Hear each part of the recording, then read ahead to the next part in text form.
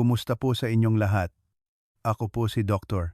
Renato Bagani at ngayon ay tatalakayin natin ang mahalagang paksa tungkol sa kung paano makakatulong ang tamang uri ng karne na mabawasan ang tsansa ng pagkabigo ng bato, mapababa ang creatinine at mawala ang madalas na pag-ihi sa gabi. Mga minamahal kong kababayan, sa loob ng maraming taon ng pakikisalamuha sa mga Pilipinong nasa edad at matatanda na may mahinang bato, napansin ko ang isang napakalawak na takot. Ito ay tuwing sasabihin ng doktor na ang bato ay humihina, tumataas ang creatinine o may bula ang ihi. Marami sa inyo ang agad na nagiiwan ng karne at puro lugaw at pinakuluang gulay na lang ang kinakain araw-araw. Maraming tao ang nag-iisip na ang karne ang siyang dahilan ng mabilis na pagkasira ng bato, na ang pagkain nito ay magpapabigat sa trabaho ng bato, magpapataas ng creatinine, at sa huli ay magiging dahilan ng dialysis habang buhay. Ngunit ang totoo ay kabaligtaran. Maraming kaso ng mahinang bato ang lumalala hindi dahil sa pagkain ng karne kundi dahil sa labis na pag-iwas dito. Kapag kulang ang protina sa katawan, nangangayayat ang kalamnan, humihina ang immune system, at ang pasyente ay madaling kapitan ng impeksyon, madaling mapagod, at lalong lumalala ang sakit. Maraming medikal na pag-aaral ang nagtala na hanggang sa 10% ng mga pasyenteng may kidney failure na naospital ay hindi dahil sa pagkain ng maalat o labis na protina, kundi dahil sa malubhang malnutrisyon, dahil sa maling pagdidiyeta. Nakakita na ako ng maraming kababayan na katulad ni Aling Nena mula sa Cebu sa isang kwento na lagi kong naaalala. Dahil lang sa narinig niya sa sabi-sabi na ang pagkain ng karne ay mabilis na makakasira ng bato, tuluyan siyang umiwas sa karne.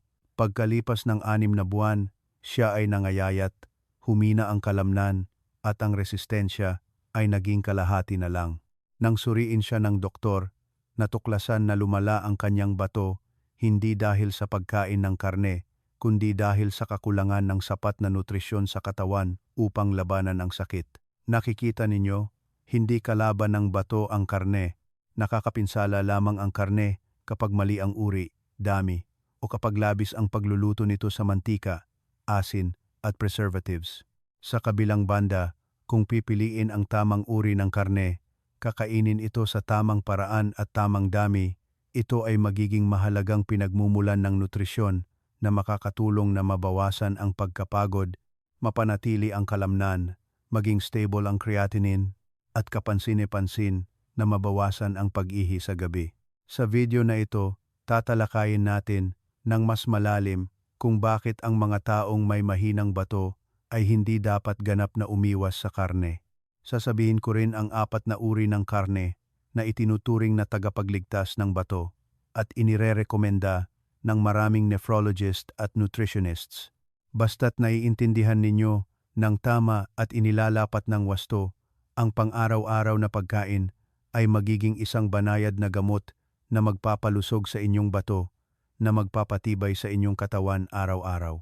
Ngayon, dadako tayo sa unang bahagi upang maunawaan kung bakit kailangan pa rin ng mga taong may mahinang bato ang regular na pagkain ng karne.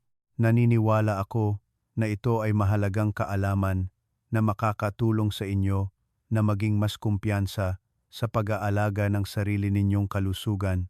Bahagi 1. Bakit hindi dapat ganap na umiwas sa karne ang mga may mahinang bato? Ang mekanismo ng pagkabigo ng bato, pagtaas ng creatinine, at panganib ng malnutrisyon. Kapag humihina ang bato, unti-unting bumababa ang kakayahan nitong mag-filter ng dugo. Ang mga waste products tulad ng urea at creatinine na dati inilalabas ng bato ay mas natitira sa dugo, na nagdudulot ng pagkapagod, pagkawala ng gana kumain, pagduduwal, mahinang pagtulog, at madalas na pag-ihi sa gabi. Ito ay isang napakasensitibong yugto. Basta't mali ang pagkain, lalo na ang labis na pag-iwas sa protina, maaaring mabilis na humina ang bato nang hindi ninyo napapansin. Karaniwan, kapag naririnig ang paglilimita sa protina, maraming kababayan ang nagkakamali na ang ibig sabihin ay ganap na pag-iwas sa karne. ngunit magkaiba ang dalawang ito. Ang paglilimita sa protina ay ang pagkain ng tamang dami, habang ang ganap na pag-iwas ay nagdudulot ng malubhang kakulangan sa protina. Kapag hindi nakakakuha ang katawan ng sapat na protina, masisira ang mga selula, lalo na ang mga selula ng kalamnan, upang punan ang kakulangan. Sa oras na ito, kailangan ng bato na mag-filter ng mas maraming waste products mula sa pagkasira ng kalamnan na nagpapataas pa ng creatinine. Ito ay kinumpirma na ng maraming medikal na pag-aaral. Mayroong 30 hanggang 40% ng mga taong may chronic kidney disease na naospital, hindi dahil sa labis na pagkain ng protina, kundi dahil sa malubhang kakulangan sa nutrisyon. Mabilis silang nangangayayat, humihina ang resistensya, madaling magka-impeksyon, madaling bumaba ang presyon ng dugo, at lumalala ang kanilang sakit. Laging binibigyang diin ng mga nephrologist na ang mga pasyenteng may sakit sa bato ay hindi namamatay dahil sa pagkain ng karne, ngunit maaaring manghina dahil sa kakulangan nito. Ang protina ay isang mahalagang bahagi para mapanatili ng katawan ang kalamnan, makabuo ng dugo, makapagpagaling ng pinsala, at mapanatili ang resistensya. Kung walang protina, hindi makakaganap ang mga selulang nagpoprotekta sa katawan. Unti-unting mangangayayat ang kalamnan at kayo ay mahihirapang maglakad, madaling matumba, madaling hingalin, mahina ang tulog, at ang katawan ay laging nanlalata. Bukod pa rito, ang kakulangan sa protina ay nagdudulot din ng hindi pagbuo ng mahalagang enzymes at hormones ng katawan. Nagre-resulta ito sa metabolic disorder na nagpapabigat pa sa trabaho ng bato dahil kailangan nitong iproseso ang abnormal na pagbabago sa katawan. Sa madaling salita, ang ganap na pag-iwas sa karne ay nagpapabilis lamang ng paglala ng sakit. Gayunpaman, ang labis na pagkain ng karne ay hindi rin mabuti. Kapag labis ang intake, kailangan ng bato na patuloy na magtrabaho upang ilabas ang mga byproducts ng protina na nagpapabilis ng pagtaas ng creatinine. Kaya, kailangan ng mga taong may mahinang bato ang isang mahalagang tuntunin: huwag umiwas sa karne, kundi kumain ng sapat at tamang uri ng karne. Ang angkop na dami ng protina na inirerekomenda ng mga doktor ay humigit kumulang 0.6 hanggang 0.8 gramo ng protina bawat kilogramo ng timbang ng katawan bawat araw. Halimbawa, ang isang taong tumitimbang ng 50 kilogram ay nangangailangan lamang ng humigit kumulang 30 hanggang 40 gramo ng protina bawat araw, nakatumbas ng 80 hanggang 100 gramo ng karne. Ito ay sapat na dami upang mapalusog ang katawan nang hindi nagiging pabigat sa bato. Kailangan din ninyong tandaan ang isang mahalagang kadahilanan. Ang reaksyon ng katawan sa protina ay lubos na nakadepende sa piniling bahagi ng karne. Ang matabang karne, lamang loob, at processed meats ay mabilis na nagpapataas ng presyon ng dugo at nagdudulot ng water retention na nagpapabigat sa bato. Ngunit ang purong lean meat ay ganap na magkaiba. Ito ang grupo ng pagkain na makakatulong na mapanatili ang kalusugan habang nagiging stable ang creatinine. Ngayon, susuriin natin ang tatlong ginintuang prinsipyo upang ang mga pasyenteng may sakit sa bato ay makakain ng karne araw-araw habang kontrolado pa rin ang creatinine, masarap ang tulog, at kapansin-pansin na nababawasan ang pag-ihi sa gabi. Mangyaring patuloy na subaybayan ang susunod na bahagi upang maunawaan kung paano kumain ng tama at ligtas para sa inyong bato. Bahagi 2. Tatlong gintong prinsipyo. Kapag kumakain ng karne ang mga pasyenteng may sakit sa bato, kumain ng tama upang bawasan ang pasanin sa bato at magpababa ng creatinine. Mga minamahal kong kababayan, ngayong naiintindihan na ninyo na ang mga taong may mahinang bato ay hindi dapat ganap na umiwas sa karne. Ang susunod at pinakamahalagang hakbang ay malaman kung paano kumain ng karne ng tama.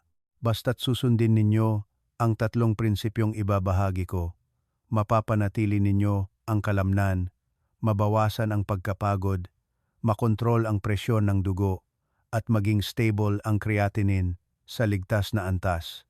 Maraming kababayan ang mali ang paglalapat ng isa sa tatlong prinsipyong ito, kaya kahit kumakain ng karne ay hindi bumubuti ang kalusugan at lalo pang lumalala ang kidney failure. Kaya umaasa ako na maglaan kayo ng oras upang lubusang maunawaan ito. Unang prinsipyo, pumili ng lean meat na may pure protein na may kaunting impurities. Ito ang pinakamahalagang pundasyon. Ang mga taong may mahinang bato ay nangangailangan ng purong protina, ibig sabihin, madaling matunaw na protina na may kaunting saturated fat, kaunting purine, at limitadong asin. Ang matatabang bahagi ng karne, lamang loob o pritong karne, ay nagpapabigat sa trabaho ng bato, nagpapataas ng creatinine, at madaling magdulot ng pamamaga ng paa at mukha. Ang purong lean meat tulad ng walang balat na dibdib ng manok, walang balat na hita ng manok, maliliit na isda sa dagat, pork tenderloin, at lean beef ay laging inirerekomenda ng mga doktor para sa mga taong may mahinang bato dahil mabilis itong nasisipsip ng katawan nang hindi lumilikha ng maraming waste products. Maaari ninyo itong isipin ng simple, mas malinis ang protina, mas mababawasan ang hirap ng bato. Ipinapakita ng maraming pag-aaral sa nutrisyon na ang protina mula sa manok at maliliit na isda ay ang pinakamagaan na uri ng protina para sa bato. Ito rin ang dahilan kung bakit inirerekomenda ng mga nephrologist sa mga pasyente na unahin ang mga uri ng karne na ito sa kanilang pang-araw-araw na pagkain. Ikalawang prinsipyo, kumain ng tamang dami, hindi sobra, hindi kulang. Ang prinsipyong ito ay tila simple, ngunit madalas na nagkakamali. May mga kababayan na dahil sa takot na tumaas ang creatinine ay kumakain ng napakakaunting karne na nagdudulot ng mabilis na paghina ng kalamnan. Sa kabilang banda, mayroon namang kumakain ng labis na lean meat dahil sa pag-aakalang hindi ito makakasama, ngunit ang labis na pagkain ay nagpapataas ng paglabas ng waste products ng bato na nagdudulot ng mabilis na pagtaas ng creatinine. Ang pinakaangkop na dami ng protina ay 0.6 hanggang 0.8 gramo ng protina bawat kilogramo ng timbang ng katawan bawat araw. Partikular, kung kayo ay tumitimbang ng 50 kilogram, ang protina na kailangan ninyo araw-araw ay humigit kumulang 30 hanggang 40 gramo, nakatumbas ng otita hanggang 100 gramo ng lean meat, o isang maliit na piraso lamang na kasya sa inyong palad. Ang isa pang mahalagang tuntunin ay ang regular na pagkain araw-araw, hindi pagdami ng karne sa isang pagkain at pag-iwas sa iba. Kapag labis ang kinakain sa isang beses, pansamantalang magiging overwork ang bato, habang ang labis na kakulangan sa ibang araw ay magdudulot ng kakulangan sa nutrisyon sa katawan. Ikatlong prinsipyo, magluto ng malinis, kaunting asin, kaunting mantika, upang bawasan ang pasanin sa bato. Hindi kasalanan ang karne, ngunit ang maling paraan ng pagluluto ay maaring maging pabigat sa bato ang isang malusog na pagkain. Kailangan ng mga taong may mahinang bato na iwasan ang mga pagkaing pritong lubog sa mantika, maalat na niluto, o karne na labis na tinimplahan ng maraming asin, mantika, at preservatives. Ang lahat ng mga paraan ng pagluluto na ito ay nagpapabigat sa trabaho ng bato sa pagproseso ng dami ng asin, mantika, at kemikal. Mas mainam na unahin ang mga paraan ng pagluluto tulad ng pagpapakulo, pagpapasingaw, simpleng nilaga, paggawa ng sabaw, o pag-ihaw sa foil. Ang mga paraan ng pagluluto na ito ay nagpapanatili ng nutrisyon, hindi lumilikha ng nakakalason na substance kapag pinainit ang mantika at nagpapagaan sa trabaho ng bato. Ang isang maliit na tip ay ang paggamit ng mga gulay kasama ang karne. Hindi lamang nakakatulong ang mga gulay na madaling matunaw ang pagkain, kundi nagbibigay din ng fiber at bitamina na nakakatulong na mabawasan ang pagsipsip ng taba at mapababa ang pakiramdam ng kabusugan pagkatapos kumain. Kailangan din ninyong uminom ng sapat na tubig sa buong araw upang suportahan ang banayad na paglabas ng waste products ng bato. Gayunpaman, kung mayroon kayong matinding pamamaga o pinayuhan ng doktor na limitahan ang tubig, kailangan ninyong sundin ang individual na tagubilin. Ang lahat ng tatlong prinsipyong ito ang susi upang makakain kayo ng karne araw-araw habang kontrolado pa rin ang creatinine, stable ang presyo ng dugo, at kapansin-pansin na nababawasan ang pag-ihi sa gabi. Basta't nauunawaan at isinasagawa ng tama, ang mga pasyenteng may sakit sa bato ay mapapanatili pa rin ang malusog na katawan nang hindi nangangailangan ng labis na pagdidiyeta. Ngayon, tatalakayin natin ang unang uri ng karne sa 4 na uri ng karne na itinuturing na tagapagligtas ng bato. Ito ay madaling bilhin, madaling lutuin, at halos lahat ng pamilya ay kumakain nito. Mangyaring patuloy na subaybayan upang malaman kung anong uri ng karne ito at kung bakit ito napakabuti para sa bato. Bahagi 3. Ang unang tagapagligtas na karne, walang balat na manok, native chicken, nakakatulong na bawasan ang pasanin sa bato, mapapanatili ang kalamnan, at magpababa ng creatinine. Mga kababayan, sa 4 na pinakamahusay na uri ng karne para sa mga taong may mahinang bato, ang walang balat na manok, native chicken, ay laging nangunguna. Hindi lamang ito isang pamilyar na uri ng karne sa mga pagkaing Pilipino, kundi inirerekomenda rin ito ng mga nephrologist at clinical nutritionists para sa mga pasyenteng may chronic kidney failure, mga nag-iihi sa gabi, mga may mataas na creatinine, o mga nanghihina ang katawan. Ang dahilan ay malinaw. Ang native chicken ay nagbibigay ng purong protina, madaling matunaw, at partikular na mas mababa sa saturated fat kaysa sa karamihan ng ibang uri ng karne. Nakakatulong ito na maging mas magaan ang trabaho ng bato, mabawasan ang panganib ng pag-ipon ng toxins, at maging stable ang creatinine level. Ano ang pagkakaiba ng native chicken sa commercial chicken? Maraming kababayan ang nag-iisip na pareho lang ang lahat ng uri ng manok, ngunit ang totoo ay malaki ang pagkakaiba. Ang native chicken ay karaniwang pinalalaki sa libreng paggala, kaya marami silang nagagalaw. Ang karne ay matigas, may kaunting taba, kaunting tubig, at stable ang nilalaman ng protina. Sa kabilang banda, mabilis lumaki ang commercial chicken, malambot ang karne, ngunit naglalaman ng mas maraming tubig at taba. Para sa mga pasyenteng may sakit sa bato, ang nilalaman ng saturated fat ay napakahalagang kadahilanan. Ang labis na pagkain ng masamang taba ay madaling magpataas ng kolesterol, magpataas ng presyon ng dugo na nagpapabigat sa bato. Sa makatuwid, ang walang balat na native chicken ang pinakaligtas at pinakamahusay na pagpipilian. Sa 100 gramo ng walang balat na dibdib ng native chicken, mayroong humigit kumulang 27 gramo ng mataas na kalidad na protina. Ito ay isang uri ng protina na magaan, may kaunting impurities, nakakatulong sa mabilis na pagsipsip ng katawan, at hindi lumilikha ng maraming waste products na kailangan ng bato na patuloy na i-filter. Bakit kailangan ng mga taong may mahinang bato ang purong protina mula sa native chicken?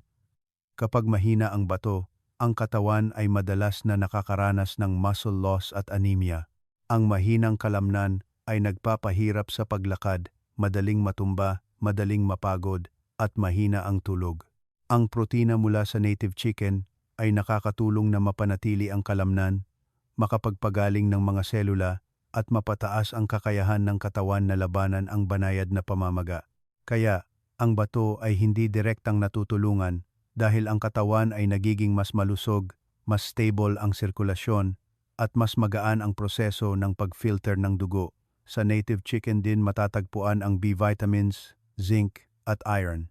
Nakakatulong ang mga substance na ito sa mas mahusay na produksyon ng dugo ng katawan, nagpapataas ng immune system, at nakakatulong sa inyo na mabawasan ang pagkapagod at pagkahilo kapag tumatayo o umuupo. Para sa mga madalas mag-ihi sa gabi, ang tamang pagkain ng native chicken ay nakakatulong din na magkaroon ng mas mahimbing na tulog dahil ang katawan ay nakakakuha ng sapat na enerhiya at mas stable ang operasyon sa buong gabi. Bakit kailangang tanggalin ang balat ng manok? Ang balat ng manok ay naglalaman ng maraming saturated fat at cholesterol. Ang grupong ito ng taba ay nagpapahirap sa pagbara ng ugat, nagpapataas ng presyon ng dugo. Ang pagtaas ng presyon ng dugo ang isa sa pinakamalaking dahilan ng mabilis na paghina ng bato. Ang pagkain ng balat ng manok o taba ng manok ay hindi nakakabuti kahit sa malusog na tao, lalo na sa mga may mataas na creatinine. Kaya, mas mainam na kumain lamang ng dibdib o hita na walang balat upang protektahan ang inyong bato. Tamang paraan ng pagluluto ng walang balat na native chicken para sa mga may mahinang bato. Upang maging epektibo ang manok bilang tagapagligtas, kailangan ninyong bigyang pansin ang paraan ng pagluluto. Ang pinakaangkop na paraan ng pagluluto ay pagpapakulo, pagpapasingaw, simpleng nilaga, paggawa ng sabaw o pag-ihaw sa foil. Iwasan ang pagprito, paggisa sa maraming mantika, o pagtimpla ng labis na pampalasa. Ilang pagkaing napakabuti para sa bato na maaari ninyong agad na ilapat: nilagang dibdib ng manok na may kaunting asin, pinasingaw na manok na may luya at tanglad, tinadtad na manok na hinaluan ng sariwang gulay at sibuyas, sabaw ng manok na may sayote o kalabasa. Lahat ng ito ay madaling matunaw at partikular na nakakabuti sa bato. Totoong kwento mula sa pasyente, ang kwento ni Tatay Pedro, Apik Tisung, ay isang napakagandang halimbawa. Matapos tumaas ang kanyang creatinine sa 170, labis siyang natakot kaya tuluyan siyang umiwas sa karne at puro lugaw at gulay na lang ang kinain. Ang resulta ay, pagkalipas ng 3 buwan, nangayayat si Tatay Pedro ng 6 kilogram. Mahina ang kanyang mga kamay at paa at kailangan pa niyang sumandal kapag umaakyat ng hagdan. Ngunit pagkalipas lamang ng 2 buwan, matapos payuhan ng doktor na kumain muli ng humigit kumulang 80 hanggang 100 gramo ng walang balat na native chicken araw-araw, naging stable ang kanyang creatinine, naging mas malusog siya, masarap ang tulog, at kapansin-pansin na nabawasan ang pag-ihi sa gabi.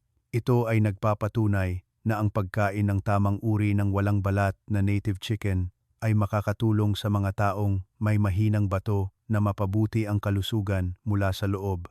Hindi ang pag-iwas sa karne, kundi ang maling uri ng karne ang nagpapabilis ng paghina ng bato. Ngayon, ibabahagi ko ang pangalawang tagapagligtas na karne. Ito ay isang pamilyar at murang pagkain ngunit mayaman sa omega-3 at minerals na may epekto sa paglaban sa pamamaga ng bato, pagpapababa ng presyo ng dugo, at pagpapabuti ng sirkulasyon ng dugo. Bahagi 4. Ang pangalawang tagapagligtas na karne, maliliit na isda sa dagat, nakakatulong na bawasan ang pamamaga ng bato, magpababa ng presyon ng dugo, at bawasan ang pasanin sa bato.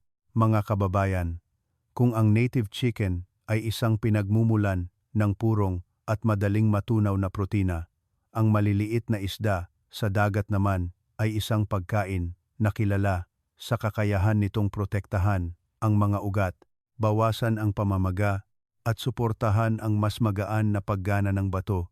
Maraming pag-aaral sa nutrisyon at cardiovascular ang nagpakita na ang mga taong regular na kumakain ng maliliit na isda ay may mas mababang tsansa na magkaroon ng chronic kidney disease at cardiovascular disease kumpara sa mga bihirang kumain ng isda. Ang pangunahing dahilan ay ang grupong ito ng isda ay naglalaman ng maraming omega-3, isang uri ng good fat na may partikular na mahalagang papel para sa bato. Bakit mabuti ang maliliit na isda sa dagat para sa mga taong may mahinang bato? Ang pinakamahalagang tampok ng maliliit na isda sa dagat tulad ng galunggong, tawilis, at tunsoy ay ang mataas na nilalaman ng omega-3. Ang omega-3 ay isang uri ng taba na may epekto sa pagbabawas ng pamamaga sa katawan, lalo na sa bato at sa mga ugat na nagpapakain sa bato. Kapag ang bato ay may chronic inflammation, unti-unting masisira ang mga tissue na magpapababa ng glomerular filtration rate at magpapataas ng creatinine. Ang pagdaragdag ng omega-3 ay nakakatulong na mabawasan ang proseso ng pamamaga kaya mas napoprotektahan ang bato. Hindi lang iyan, nakakatulong din ang omega-3 na palambutin ang dingding ng ugat, mapabuti ang sirkulasyon ng dugo, at maging stable ang presyo ng dugo. Para sa mga taong may mahinang bato, ang mataas na presyon ng dugo ang pinakamapanganib na kalaban dahil mabilis nitong sinisira ang glomeruli ng bato. Ang regular na pagkain ng maliliit na isda sa dagat 2 hanggang 3 beses sa isang linggo ay makakatulong na bahagyang mapababa ang presyon ng dugo at mabawasan ang pamamaga ng paa at mukha. Mas ligtas ang maliliit na isda sa dagat kaysa malalaking isda. Ang isang bagay na hindi gaanong napapansin ng maraming kababayan ay ang mas malaki ang isda, mas madaling mag-ipon ng mercury at heavy metals. Ang mga uri tulad ng bluefin tuna, swordfish, at pating ay maaaring makasama sa atay at bato kapag labis ang kinakain. Sa kabilang banda, ang maliliit na isda tulad ng galunggong, tawilis, at tunsoy ay may maikling buhay, kaunting naipong toxins, kaya mas ligtas ang mga ito. Ito ang dahilan kung bakit laging hinihikayat ng mga nutrition experts ang mga pasyenteng may sakit sa bato na unahin ang grupong ito ng maliliit na isda sa halip na malalaking isda. Espesyal na benepisyo ng maliliit na isda sa dagat para sa mga madalas mag-ihi sa gabi at pagod. Ang maliliit na isda sa dagat ay nagbibigay din ng vitamin D, iodine, selenium at madaling matunaw na protina. Nakakatulong ang mga substance na ito na mapabuti ang proseso ng pagbuo ng dugo, mapataas ang resistensya, at mabawasan ang pagkapagod ng katawan. Kapag mas malusog ang katawan, mas mahimbing ang tulog ninyo, kaya kapansin-pansin na nababawasan ang pag-ihi sa gabi. Sa 100 gramo ng maliliit na isda sa dagat, mayroong humigit kumulang 20 gramo ng protina. Ito ay sapat na dami ng protina upang mapalusog ang katawan ngunit hindi lumilikha ng labis na waste products na kailangan ng bato na i-filter. Tamang paraan ng pagluluto ng maliliit na isda sa dagat upang protektahan ang bato. Upang mapakinabangan ng husto ang benepisyo ng isda, kailangan ninyong bigyang pansin ang mga prinsipyo ng malinis na pagluluto at kaunting asin. Maaari ninyong lutuin ang mga sumusunod na paraan: pinasingaw na may luya, simpleng nilaga na may paminta at kaunting luyang dilaw, inihaw sa foil na may gulay, nilaga sa sabaw na may sayote o kamatis. Hindi dapat prituhin ng lubog sa mantika, timplahan ng labis na pampalasa o ilaga sa maraming patis.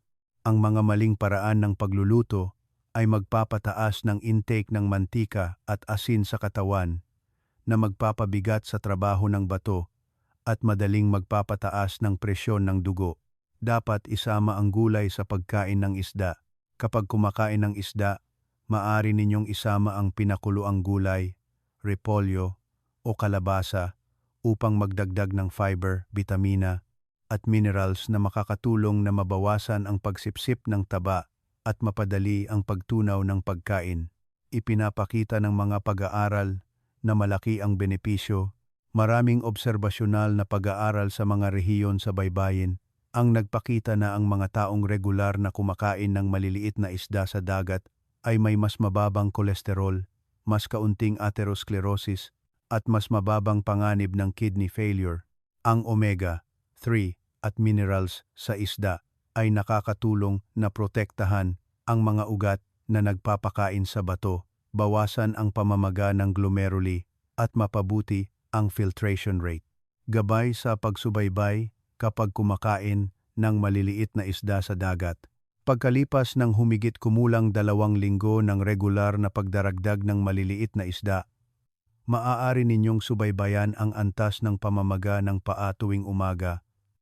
Kung nababawasan ang bilang ng pag-ihi sa gabi, ang presyon ng dugo bago matulog at paggising, at ang pakiramdam ng pagkapagod o pagkahilo kapag gumagawa ng magaan na aktibidad. Kung bumubuti ang mga indicators na ito, nangangahulugan ito na maayos ang reaksyon ng katawan. Nakikita ninyo, ang maliliit na isda sa dagat ay hindi lang mura at madaling bilhin, kundi napakabuti rin sa bato. Ngayon, dadako tayo sa ikatlong tagapagligtas na karne. Ito ang pinakapopular na uri ng karne sa mga pagkaing Pilipino, at kung kakainin ang tamang bahagi, epektibong mapoprotektahan ang bato. Bahagi 5. Ang pangatlong tagapagligtas na karne, pork tenderloin, nakakatulong na magdagdag ng madaling matunaw na protina, bawasan ang pagkapagod at magpababa ng creatinine. Sa mga pagkaing Pilipino, marahil wala nang mas pamilyar at mas ginagamit na uri ng karne kaysa sa baboy. Ngunit dahil sa pagiging pamilyar nito, kapag natuklasang mahina ang bato, maraming kababayan ang nag-aalala at ganap na umiiwas sa baboy. Ito ay tama kung kumakain kayo ng taba ng baboy, balat ng baboy, ham, hotdog, tosino, longganisa o iba pang inatsarang karne. Ngunit kung alam ninyo kung paano pumili ng tamang pork tenderloin at lutuin ito ng malinis, ang baboy ay magiging isa sa pinakaligtas at pinakamahalagang pinagmumulan ng protina para sa mga taong may mahinang bato. Bakit dapat piliin ang pork tenderloin? Ang pork tenderloin ang pinakamababang taba na bahagi ng baboy.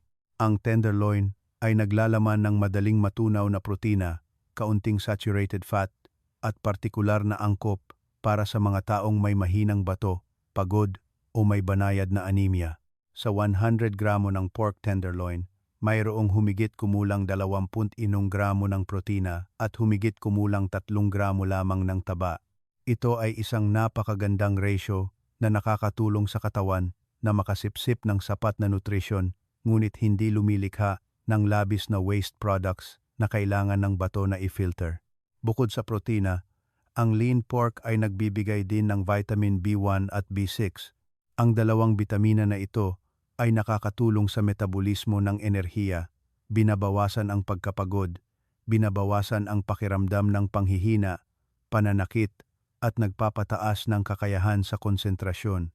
Para sa mga taong may mahinang bato na madalas na hindi nakakatulog dahil sa pag-ihi sa gabi, ang katamtamang pagkain ng pork tenderloin ay makakatulong na magkaroon ng mas mahimbing na tulog dahil ang katawan ay sapat na pinapakain. Nakakatulong din ang pork tenderloin na mapabuti ang banayad na anemia. Ang mga taong may mahinang bato ay madalas na may anemia dahil hindi sapat ang produksyon ng kidney ng hormone na nagbubuo ng red blood cells. Ang pork tenderloin ay naglalaman ng iron at zinc na nakakatulong sa proseso ng pagbuo ng dugo. Kapag bumubuti ang dugo, mas nababawasan ang pagkahilo ng katawan, mas matatag ang paglakad, mas alerto ang isip, at mas stable ang paggana ng bato dahil sapat ang nutrisyon. Tamang paraan ng pagluluto ng pork tenderloin para sa mga may mahinang bato. Ang pinakamahalaga ay kailangan ninyong ganap na tanggalin ang taba at balat. Ang mga bahaging ito ay naglalaman ng maraming masamang taba na nagpapahirap sa pagbara ng ugat, nagpapataas ng presyon ng dugo, at nagdudulot ng direktang presyon sa bato. Maaari ninyong lutuin ang lean meat sa mga sumusunod na paraan. Pinakuluang malambot, hiniwa ng manipis, isasama sa gulay, pinasingaw na may luya o tanglad, nilaga sa kaunting patis na may labanos o patatas, nilaga sa sabaw na may kalabasa, sayote o repolyo. Ang mga paraan ng pagluluto na ito ay nagpapanatili ng nutrisyon, madaling matunaw at binabawasan ang labis na mantika. Hindi ninyo dapat lutuin ang baboy sa mga sumusunod na paraan. Adobo na maraming patis, pritong baboy, sweet and sour pork, crispy pata, at inatsarang baboy na may maraming asukal at pampalasa. Ang lahat ng mga pagkaing ito ay nagpapabigat sa trabaho ng bato, madaling magdulot ng pamamaga, at magpataas ng presyon ng dugo. Ilang pagkaing angkop para sa mga taong may mahinang bato. Pinasingaw na pork tenderloin na may luya, sabaw ng sayote na may pork tenderloin, simpleng nilagang pork tenderloin na may labanos, nilagang baboy na nakabalot sa lettuce. Ang mga pagkaing ito ay magaan sa tiyan, malinis, at maaaring kainin ng regular nang hindi nagdudulot ng presyon sa bato. Mahalagang babala, huwag gumamit ng processed pork. Ang longganisa, tosino, hotdog, ham, at bacon ay naglalaman ng napakaraming asin, preservatives, at flavor enhancers. Ang mga substance na ito ay nagdudulot ng water retention sa katawan, nagpapataas ng presyon ng dugo, madaling magdulot ng pamamaga ng mukha at paa, at ang pinakamahalaga, nagpapabilis ng paghina ng bato. Kailangan ng mga taong may mahinang bato na ganap na iwasan ang grupong ito ng pagkain. Ipinapakita ng pag-aaral sa nutrisyon ang malinaw na benepisyo. Ipinunto ng mga nutrition experts na ang mga pasyenteng may chronic kidney disease na kumakain ng humigit kumulang 70 gramo ng pork tenderloin araw-araw kasama ang gulay at kaunting asin ay mas napapanatili ang muscle mass, nababawasan ang pakiramdam ng pagkapagod at mas stable ang creatinine kumpara sa mga ganap na umiiwas sa karne. Pagsubaybay sa katawan kapag kumakain ng pork tenderloin. Sa loob ng 1 hanggang 2 linggo, pagkatapos idagdag ang pork tenderloin sa inyong diet, kailangan ninyong subaybayan ang antas ng pagkapagod kapag gumagalaw, ang pamamaga ng paa o mukha, ang bilang ng pag-ihi sa gabi, at ang pakiramdam ng sakit sa bato. Kung mas gumaan ang pakiramdam ng katawan, masarap ang tulog at mas kaunti ang pag-ihi sa gabi, nangangahulugan ito na maayos ang reaksyon ng katawan. Ngayon, ibabahagi ko ang pang-apat na tagapagligtas na karne. Ito ay isang uri ng karne na mayaman sa hemi-iron na nakakatulong sa mga pasyenteng may sakit sa bato na labanan ang anemia, mapataas ang tibay, mabawasan ang pagkapagod, at mas matatag ang paglakad. Mangyaring patuloy na subaybayan upang malaman kung anong uri ng karne ito at kung paano kumain ng tama upang protektahan ang inyong bato. Bahagi 6. Ang pang-apat na tagapagligtas na karne, lean beef. Nakakatulong na labanan ang anemia, mapataas ang tibay, at mapapanatili ang kalamnan para sa mga may mahinang bato. Mga kababayan, kapag pinag-uusapan ang karne ng baka, maraming pasyenteng may sakit sa bato ang madalas na nag-aalala dahil sa pag-aakalang ang karne ng baka ay mayaman sa protina na magpapabigat sa trabaho ng bato at magpapataas ng creatinine. Tama iyan kung kumakain kayo ng labis o kumakain ng mga bahagi ng karne na maraming litid at taba. Ngunit kung pipiliin ang tamang lean beef, kakainin ito sa tamang dami at lulutuin ng tama. Ang karne ng baka ay magiging mahalagang solusyon upang matulungan ang mga taong may mahinang bato na labanan ang anemia, mapabuti ang tibay, at maiwasan ang muscle atrophy. Bakit partikular na mahalaga ang lean beef para sa mga taong may mahinang bato? Ang lean beef ay isa sa pinakamayaman na pinagmumulan ng heme iron.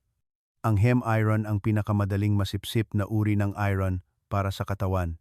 Para sa mga taong may mahinang bato, ang anemia ay halos ang pinakaunang kondisyon na lumalabas. Kapag humihina ang bato, nababawasan ang produksyon ng katawan ng hormone na nagbubuo ng red blood cells na nagdudulot ng laging pagkapagod, pamumutla, pagkahilo, at paghingal kapag gumagalaw. Nakakatulong ang heme iron mula sa karne ng baka sa epektibong pagbuo ng dugo na nagpapalusog sa katawan, nagpapatalas ng isip, at nagpapataas ng kakayahan sa paggalaw. Bukod sa iron, ang lean beef ay naglalaman din ng vitamin B12, zinc, at linoleic acid. Ito ay mahalagang nutrisyon para sa immune system.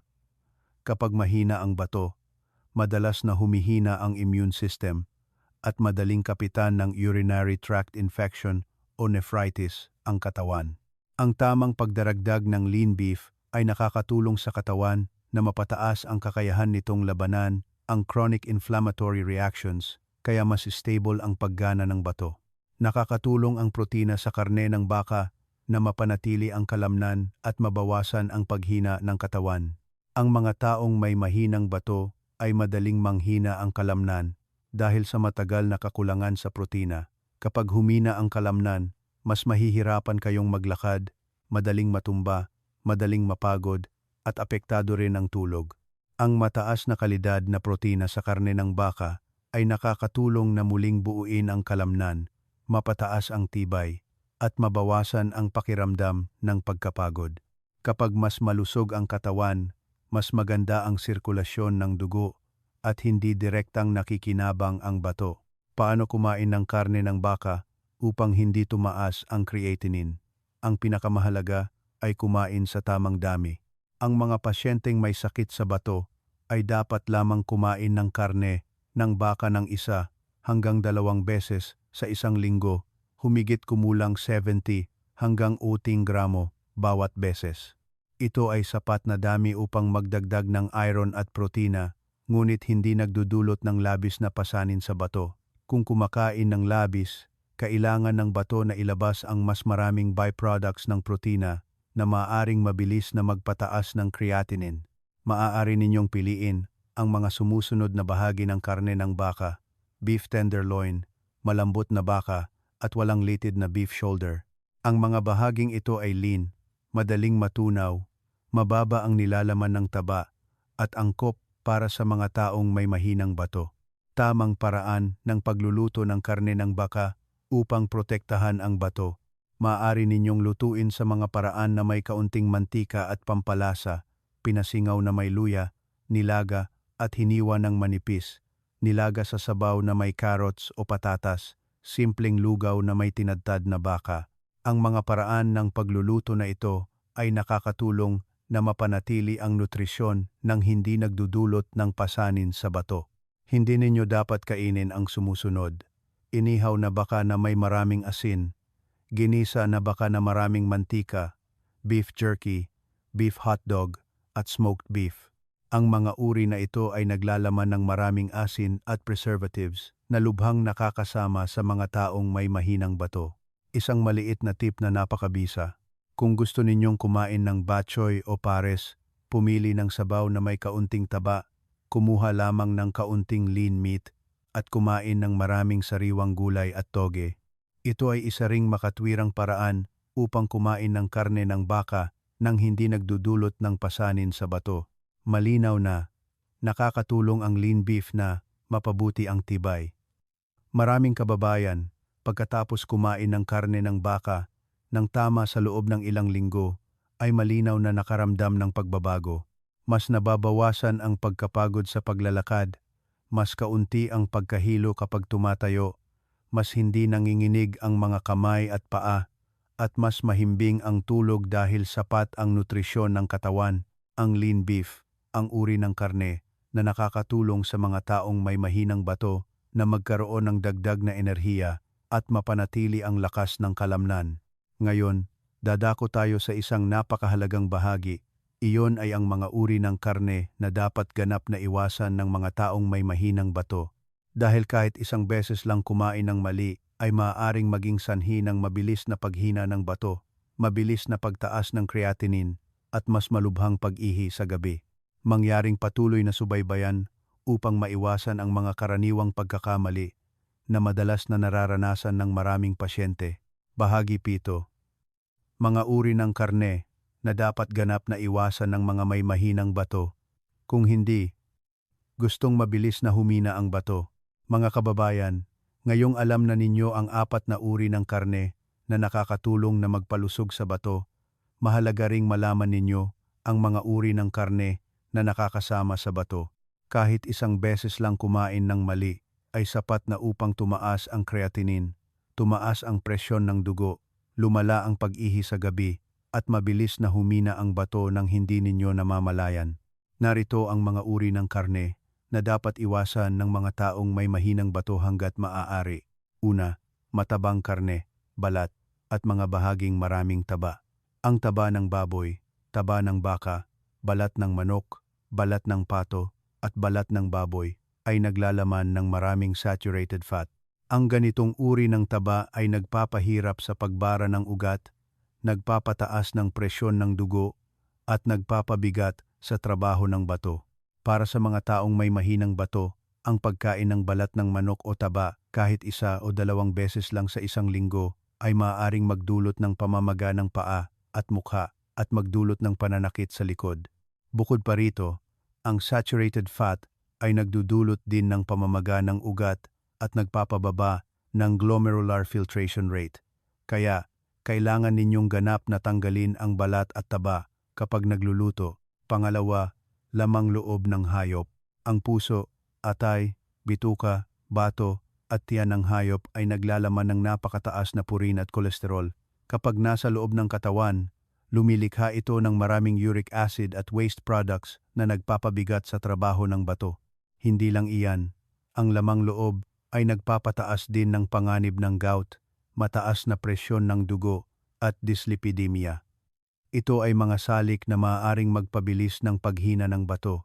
Kahit ang malusog na tao ay kailangan limitahan ang lamang loob, kaya ang mga taong may mahinang bato ay dapat ganap na iwasan ito.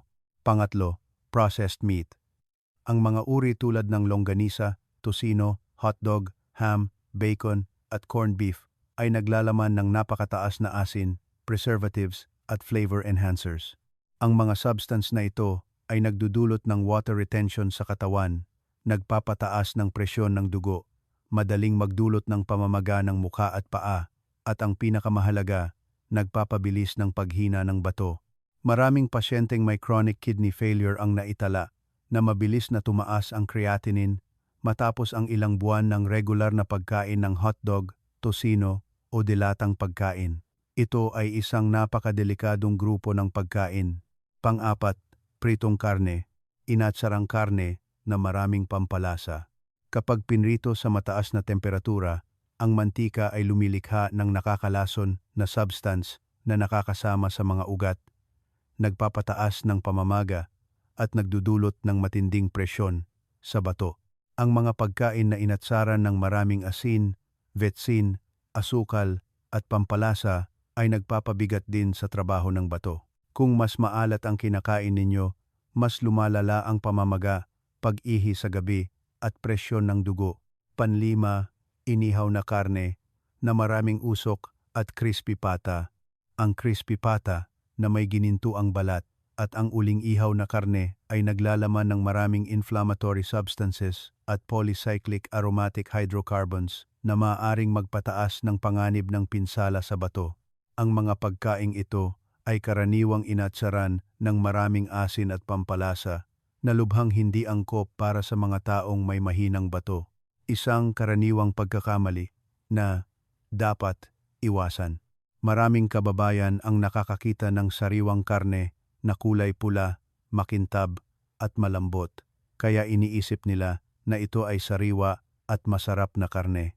Ngunit ang totoo ay maaring ito ay karne na binomba ng tubig, inatsara ng chemicals para mapanatili ang kulay o pinalambot ng kemikal. Kapag kinain ang mga uri na ito, mahihirapan ang bato na mag-filter, madaling magdulot ng kabag, mahina ang pagtunaw, at mabilis na tumaas ang creatinine. Kapag bumibili ng karne, dapat pumili ng natural na kulay, matigas na laman, hindi tumutulo ang tubig, at walang kakaibang amoy. Nakikita ninyo, ang pag-iwas sa mga nakakasamang uri ng karne na ito ang pinakaligtas na paraan upang protektahan ang bato. Kapag alam ninyong kumain ng tama at pumili ng tama, mas magiging magaan ang trabaho ng bato at mabilis na bumubuti ang kalusugan. Ngayon, tuturuan ko kayo ng isang 7 araw na meal plan na puno ng 4 na uri ng tagapagligtas na karne. Ito ay isang praktikal at madaling sundin na meal plan, angkop para sa mga taong may mahinang bato na kailangan bawasan ang creatinine at pag-ihi sa gabi. Bahagi 8. Gabay sa mga may mahinang bato na kumain ng karne ng tama sa buong linggo, 7 araw na meal plan para bawasan ang creatinine at pag-ihi sa gabi. Mga kababayan, ngayong alam na ninyo ang 4 na uri ng karne na mabuti para sa bato at ang mga uri ng karne na nakakasama at dapat iwasan, ang susunod na mahalagang hakbang ay ang pag-aayos ng isang makatwirang meal plan. Hindi maaaring kumain ng isang uri lamang ng karne sa loob ng maraming araw ang mga taong may mahinang bato, at hindi rin maaaring pagsama-samahin sa isang pagkain. Lahat ay kailangan ng balanse upang maging magaan ang trabaho ng bato at makakuha pa rin ng sapat na nutrisyon ang katawan. Narito ang isang 7 araw na meal plan na magaan at siyentipiko na binuo batay sa mga rekomendasyon sa nutrisyon para sa mga taong may mahinang bato. Araw 1. Walang balat na native chicken. Tanghalian. Pinakuluang dibdib ng manok o pinasingaw na manok na may luya. Hapunan.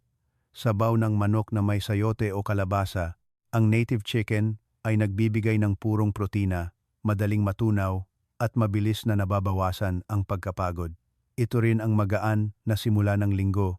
Araw 2. Maliliit na isda sa dagat. Tanghalian. Simpleng nilagang galunggong na may luyang dilaw.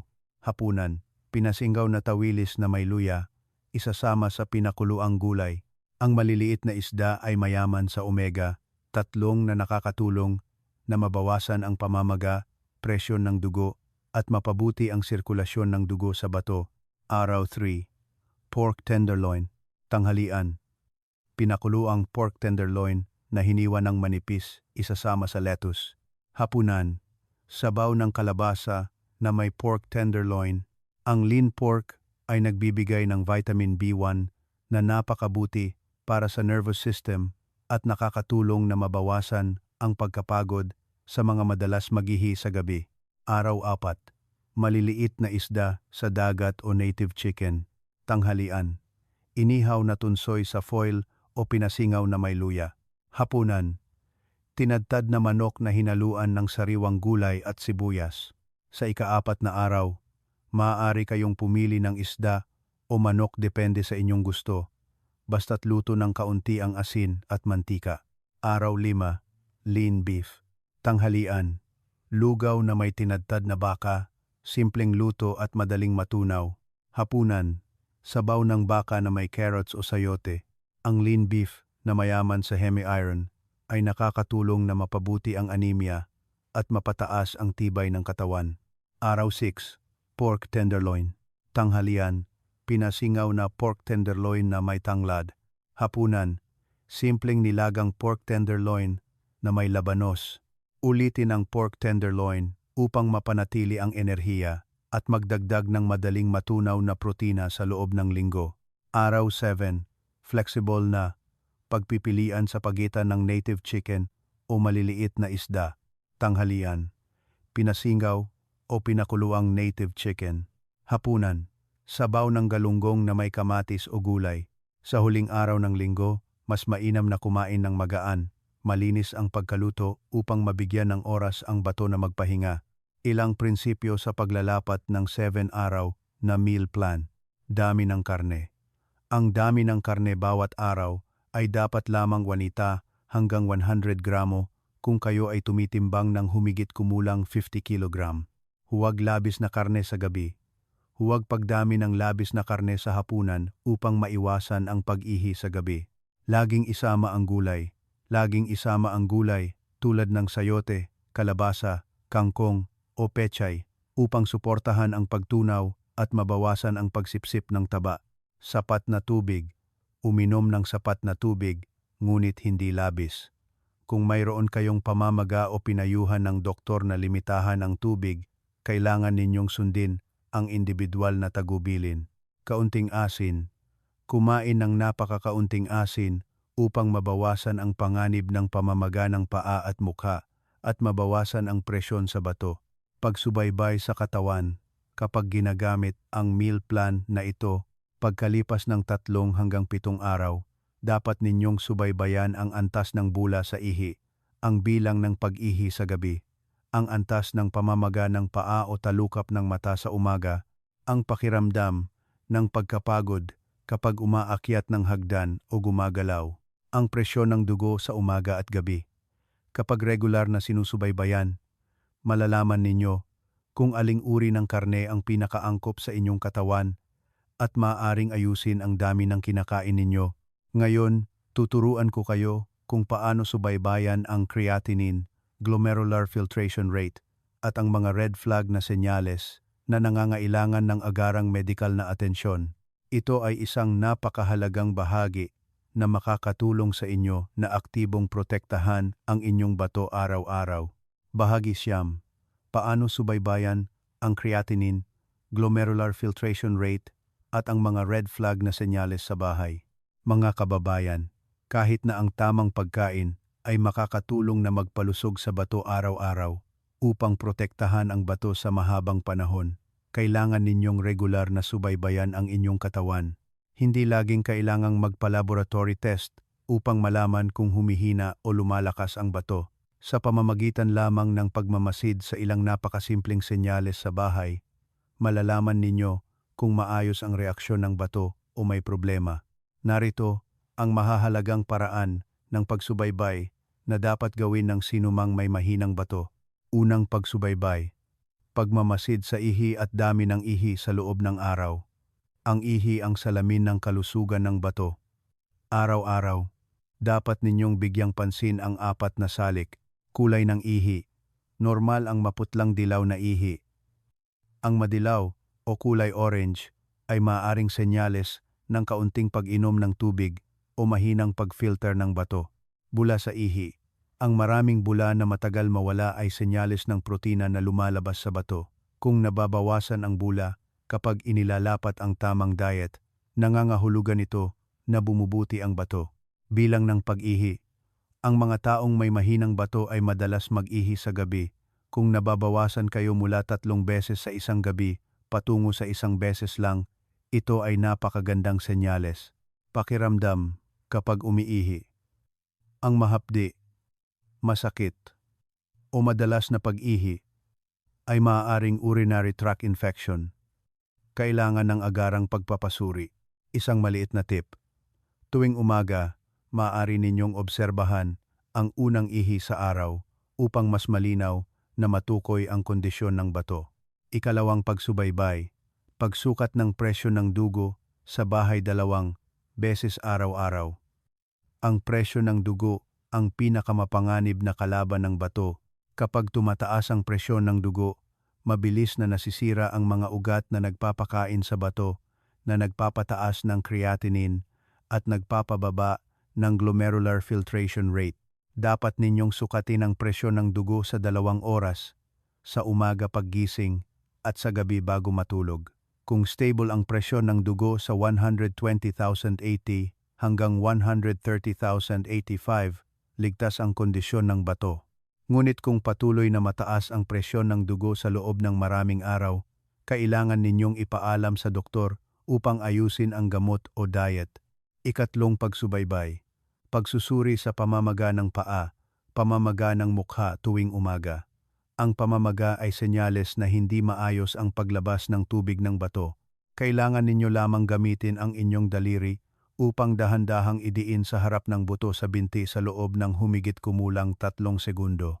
Kung pagbitaw ninyo ng daliri ay may bakas pa rin ng pagdiin, nangangahulugan ito na nag-iipon ng tubig ang katawan. Bukod sa paa, dapat din ninyong bigyang pansin ang talukap ng mata sa umaga. Kung namamaga ang mata at malambot kapag diniin, maaaring overworked ang bato o kumain kayo ng maalat noong nakaraang araw. Kapag inilalapat ang diet na kaunti ang asin at ang 4 na uri ng tagapagligtas na karne, maraming kababayan ang kapansin-pansin na nababawasan ang pamamaga pagkalipas ng 1 linggo. Ika-4 na pagsubaybay, tibay at antas ng pagkapagod kapag gumagalaw. Ang mahinang bato ay nagdudulot ng mabilis na pagkapagod, madaling hingalin at madaling mahilo. Pagkalipas ng 3 hanggang 7 araw ng tamang pagkain, kung mas nababawasan ang pagkapagod sa paglalakad, mas hindi hingalin kapag umaakyat ng hagdan, mas alerto sa umaga, at mas mahimbing ang tulog, ito ay senyales na napakaganda ang reaksyon ng bato sa diet. Ika-5 pagsubaybay, timbang at sukat ng baywang. Kung kayo ay mabilis na bumababa ang timbang kahit normal ang pagkain, maaaring muscle atrophy ito dahil sa kakulangan ng protina. Sa kabilang banda, kung may abnormal na mabilis na pagtaas ng timbang, lalo na ang pagtaas ng 2 hanggang 3 kilogram sa 1 linggo, maaaring water retention ito dahil sa kidney failure. Ang stable na timbang ay isang mahalagang senyales na maayos ang balanse ng katawan. Ika-6 na pagsubaybay, regular na laboratory test bawat buwan. Kahit na maaari kayong magsubaybay sa bahay, dapat pa rin kayong magpa-blood test tuwing 3 buwan upang malaman ang eksaktong creatinine, glomerular filtration rate, at blood electrolytes. Kung bumababa ang creatinine o nananatili sa parehong antas sa loob ng 3 magkakasunod na buwan, ito ay napakagandang senyales. Mga red flag na senyales. Kailangan ng agarang medikal na atensyon kung mayroon kayong mga sumusunod na sintomas. Pag-ihi ng dugo o kulay pula-kape na ihi. Kapansin-pansin nakakaunti ang ihi sa loob ng 1 o 2 araw. Pamamaga ng buong katawan, hirap sa paghinga, labis na pagkapagod. Patuloy na mataas ang presyon ng dugo na hindi bumababa. Matinding sakit sa likod sa bahagi ng bato. Ang mga senyales na ito ay nagpapakita na may malubhang problema sa bato at nangangailangan ng agarang interbensyon. Nakikita ninyo, kapag alam ninyo kung paano magsubaybay ng tama, hindi lamang ninyo makokontrol ang sakit, kundi aktibo rin ninyong mapoprotektahan ang sarili ninyong kalusugan. Ngayon, ibubuod ko ang pinakamahalagang puntos at ibabahagi ang sikreto upang magkaroon ng malusog na bato sa mahabang panahon sa pamamagitan ng inyong mga pagkaing Pilipino. Mangyaring patuloy na subaybayan ang huling bahagi upang lubusang maunawaan ang puso ng pag-aalaga sa bato. Sikreto ng tamang pagkain ng karne para sa matatag na kalusugan ng bato, stable ang creatinine at magaan ang katawan araw-araw. Mga kababayan, magkasama nating sinimulan ang paglalakbay mula sa takot na nakakasama ang pagkain ng karne sa bato, patungo sa pag-unawa na ang pang-araw-araw na pagkain, kung alam nating pumili ng tama, ay maaaring maging natural na gamot na nagpapalusog sa bato araw-araw. Napakaraming kababayan noon ang dahil sa labis na pag-iwas sa karne ay humina ang kalusugan, nanghina ang kalamnan, mahina ang tulog at patuloy na tumaas ang creatinine. Ngunit kapag naiintindihan ng tama at kinakain ng tama ang 4 na uri ng tagapagligtas na karne, unti-unting gumagaling ang katawan, mas magaan ang trabaho ng bato, at mas nagiging komportable ang buhay. Sa puntong ito, may 3 pinakamahalagang bagay na inaasahan kong matatandaan ninyo ng lubusan.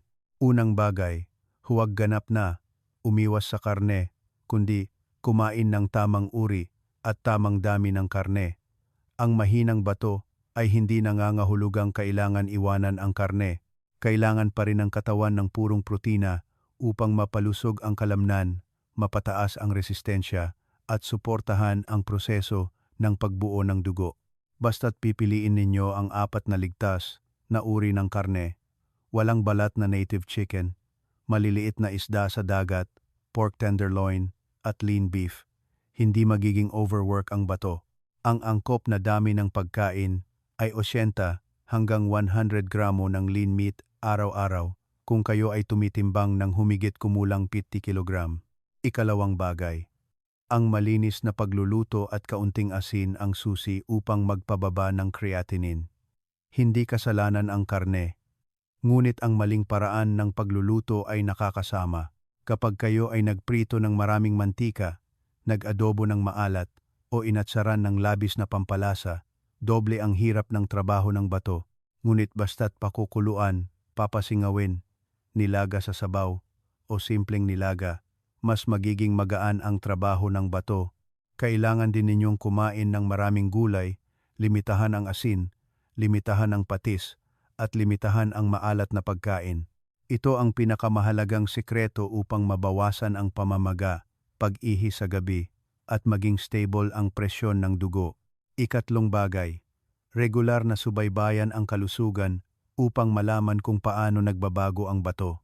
Sa pamamagitan lamang ng pagmamasid sa ihi, pagsubaybay sa bilang ng pag-ihi sa gabi, pagsukat ng presyon ng dugo sa umaga at gabi, at pagsusuri sa pamamaga ng paa araw-araw, malalaman ninyo agad kung paano nagre-react ang katawan.